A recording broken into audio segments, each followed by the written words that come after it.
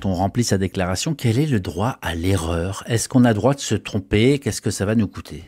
Alors, votre question, elle est importante. C'est vrai qu'il faut aussi détendre le sujet. Il y a un principe du droit à l'erreur. On peut se tromper.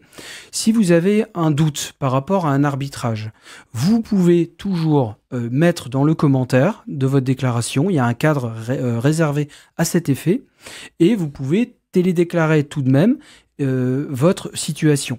Imaginons que vous vous rendez compte que vous vous êtes trompé par la suite, vous pouvez toujours faire une déclaration rectificative après l'échéance. C'est tout à fait possible, et si vous le faites de votre propre initiative, vous n'aurez pas de sanctions.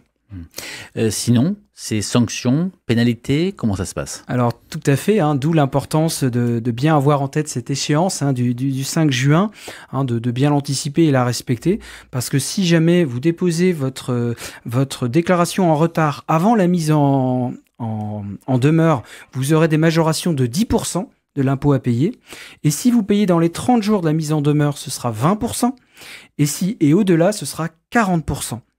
Et en plus, à cela s'ajoutent des intérêts de retard de 0,2% par mois.